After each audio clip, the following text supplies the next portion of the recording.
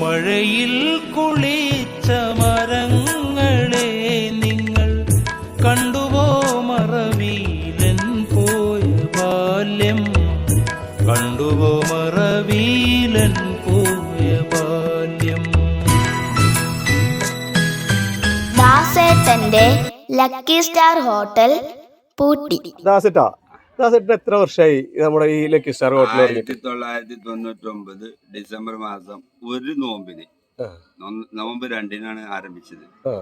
26 വർഷം, 26ാമത്തെ നോമ്പ് ആഘോഷിച്ച് ഞാൻ വിട പറയുന്നു.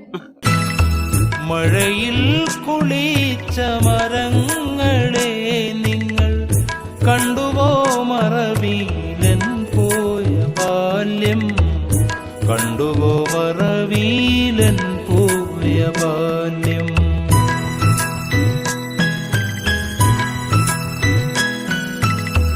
അല്ല, ഇത്ര നാള് നമ്മുടെ ഹോട്ടലിൽ നടത്തിയതില് എന്താണ് ഒരു തൃപ്തിയായിട്ട് വന്നിട്ടുള്ളത്?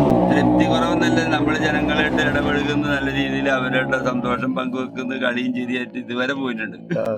അല്ല, ഇതില് ഈ നമ്മുടെ ഈ ഹോട്ടൽ നടത്തിയതില് മറക്കാനാവാത്ത എന്തെങ്കിലും ഒരു സംഭവം ഉണ്ടായിട്ടുള്ള തോന്നുന്ന ഏതെങ്കിലും തരത്തിലുള്ള നമുക്ക് മനസ്സിന് സന്തോഷം നൽകുന്ന എന്തൊരു സംഭവം ഉണ്ടായിട്ടുണ്ട്? സന്തോഷത്തിനൊരു കുറവിലൂടെ എന്നും സന്തോഷം തന്നെ. സന്തോഷമില്ല പിന്നെ നടത്തിയാന് ഇപ്പൊ സന്തോഷത്തോടു കൂടി തന്നെ നടക്കുന്നത്. കണ്ടുവോ മറവീലൻ പോയ ബാല്യം.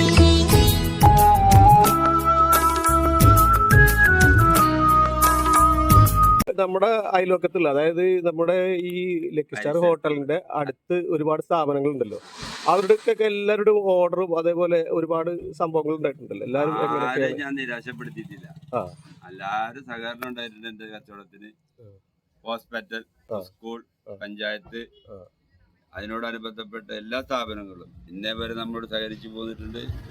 ആ സഹകരണം ഇന്ന് വരെ ഉണ്ടായിട്ടുണ്ട്. 26 വർഷം.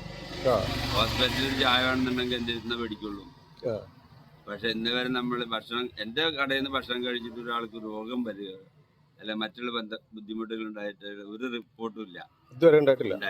അതാണ് ഇപ്പൊ ഇതിൽ ഏറ്റവും വലിയ ഹൈലൈറ്റ് ആയിട്ട് നിൽക്കുന്നത്. അതെ, ഒരു കൊമ്പിലുണ്ടാകാം ഞാൻ തൂങ്ങിയാടിയ വിരലടയാളങ്ങളെന്നും, ഒരു കൊമ്പിലുണ്ടാകാം ഞാൻ തൂങ്ങിയാടിയ വിരലടയാളങ്ങളെന്നും. അതേമാതിരി ഒരു ഹെൽത്തേര് വന്നിട്ട് നമ്മള് ഒരു സാധനം പിടിച്ച് റിമാർക്ക് പറയാ, അതുണ്ടായിട്ടില്ല. പഞ്ചായത്ത് ലൈസൻസ് നമ്മൾ ഇന്നേ വരെ തെറ്റിച്ചിട്ടില്ല. അവരെ എല്ലാ മേഖലയിലും വളരെ ഭംഗിയായിട്ട് തന്നെ അവരെ നിബന്ധനകളൊക്കെ നമ്മൾ പാലിച്ചിട്ടാണ് നമ്മൾ സ്ഥാപനം നടത്തിയിട്ടുള്ളത്. ഫുഡ് ആൻഡ് സേഫ്റ്റി, അറ്റ്ലീസ്റ്റ് ലേബറിന്റെ വരെ എന്റെ ക്ലിയർ ആണ്. ഇന്നത്തെ ദൈവത്തിന് പിന്നെ പാലിയേറ്റീവ് ടീമില്ലേ, അവരിപ്പോ നിരാശരാണ് ഞാൻ കൂട്ടുന്നതില്. ഒരു വാഴത്തേൻ തുള്ളി ഒരു മഞ്ചാടി കുരു കാണും, ഒരു പിടി നെല്ലിപ്പൂ ഒരു വാഴത്തേൻ തുള്ളി ഒരു മഞ്ചാടി കുരു കാണും. ഇത്രയും കാലത്തെ ഒരു എക്സ്പീരിയൻസിൽ എന്ത് പറയാനുണ്ട്, എന്ത് ബാക്കിയുണ്ട്? എല്ലാരോടും നന്ദി രേഖപ്പെടുത്താൻ, അല്ലാതെ ഞാനെന്ത് പറയാ. നമ്മളെ സാഹചര്യം അങ്ങനെ ആയിപ്പോയി. പിന്നെ ഈ 24 വർഷത്തിന്റെ ഇടയിൽ ഒരുപാട് തൊഴിലാളികള് ദാസേട്ടന്റെ കീഴിൽ പണിയെടുത്തിട്ടുണ്ടല്ലോ, ആരും എന്നെ മറക്കില്ല.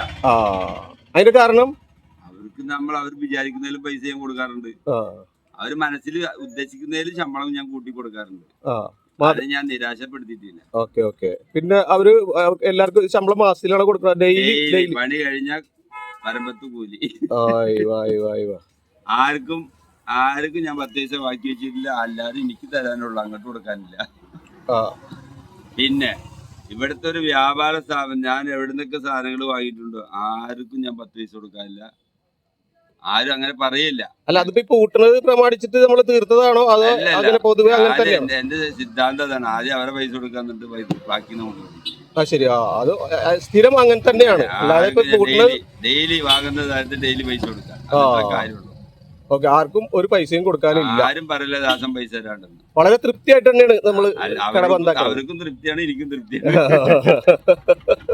അവര് ഞാൻ പോട്ടുന്നതിനുള്ള നിരാശ മാത്രമേ ഉള്ളൂ. കച്ചവടം അവർക്ക് നഷ്ടപ്പെട്ടു. അല്ല ഇങ്ങനത്തെ വാക്കുകൾ കേൾക്കുമ്പോൾ സത്യം പറഞ്ഞു കഴിഞ്ഞാൽ സന്തോഷം കേട്ടോ. 26 years. 26. 26 99 തുടങ്ങിയതാ. ഓക്കെ 99 തുടങ്ങിയത്. ഇത്രയും സന്തോഷത്തിൽ തന്നെയാണ് നമ്മൾ കട ബന്ധാക്കുന്നത്.